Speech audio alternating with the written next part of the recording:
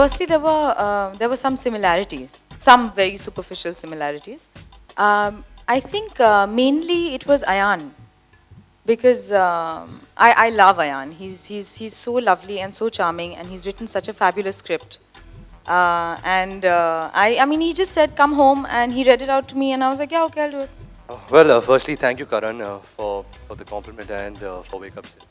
That's, I think, where it all started. Karan called me one day and said that, just come over, I have this script I want you to read. So I went to Karan's house and he said this, there's an AD of mine called Ayan Mukherjee who I used to meet at the gym, and he was this really annoying kid that time. And I didn't know him too well, he was just a young kid who was a year younger than me, and I would wonder, how would he make a film? So the next day Ayan came over, he narrated the film to me, and I was bored because it was just the finest piece of writing I had seen. It's not that, I have a 10-year long illustrious career behind me and I've read a lot of scripts, but by going by the amount of scripts I had read by that time, it was just amazing. The character was phenomenal. And Sid's just a cool film. It's about, waking up to life. It's about waking up to family, to waking up to love, waking up to, your career. And I think everyone will identify with it because there's a Sid in all of us. Karan was a Sid, Ayan is a Sid, you were a Sid, Aisha was a Sid. All you guys out here were a Sid at some point in your lives. And I think if we can bring that out across, it's first true coming of age film. First, yes, it's going to be a tough year. I think it's the first time Dharma Productions is taking this kind of a leap in terms of producing an X amount of films over and above the ones I used to direct. So it's going to be an interesting phase, and we have to see how things really work out eventually.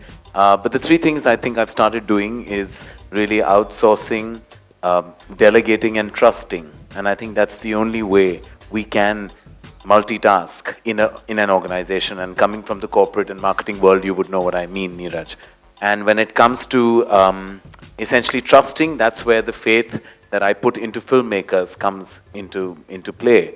And it starts off with Ayan, really, who has assisted me on Kabhi Alvida and assisted Ashutosh Gavarekar in Swades before that. And actually, that's where he came from into my world. And after that, we finished the film, and he wanted to write. He took some time off and wrote this film. Came to me one day, narrated it, and it essentially doesn't fall into the quintessential Dharma production space as a film, and that's what I wanted to break in any case. I wanted to break out of that mold, or that perceived mold.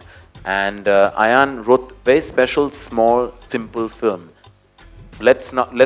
We want to make it very clear, it's a film with its gut in place, its soul in place, its heart in place. Thankfully, because I grew up in a film family and I always wanted to be a part of the movies, I didn't really go through that transitional phase.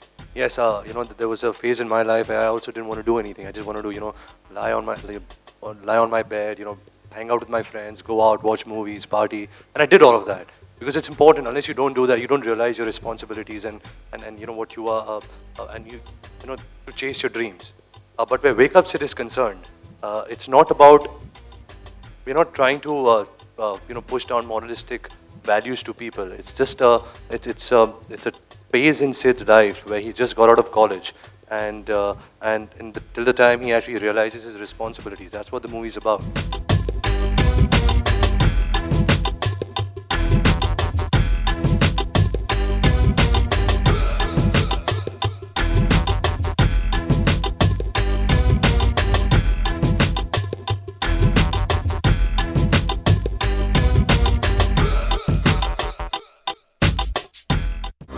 To watch more, log on to www.erosentertainment.com.